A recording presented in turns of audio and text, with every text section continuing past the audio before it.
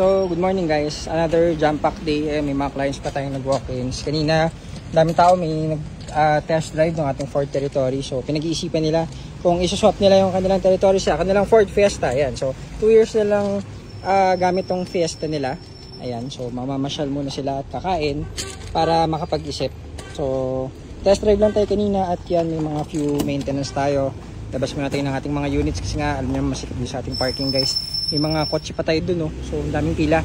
Ayan, so, ito naman actually, maayos yung Fiesta nila, ma'am. Maganda naman. Nasulit nila, pinag-practice lang daw ni ma'am tong unit na to for 2 years.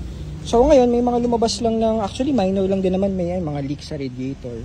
So, alam niyo naman dito, quick fix, pero mag-upgrade na rin ata si ma'am, eh. Kaya, yun, pinag-iisipan lang nila, gusto na mas malaking kotse.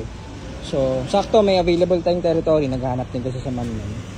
Ayan, so meron tayong mga 4 PMs dito guys, and may mga schedule ata tayong for ano ngayon, tatakbuhin. So, tingnan natin at ayan, masikip na naman. Ito yung mga for leasing natin, tinatapos na, yung accent din, nandun sa ating suspension house. Ito for delivery.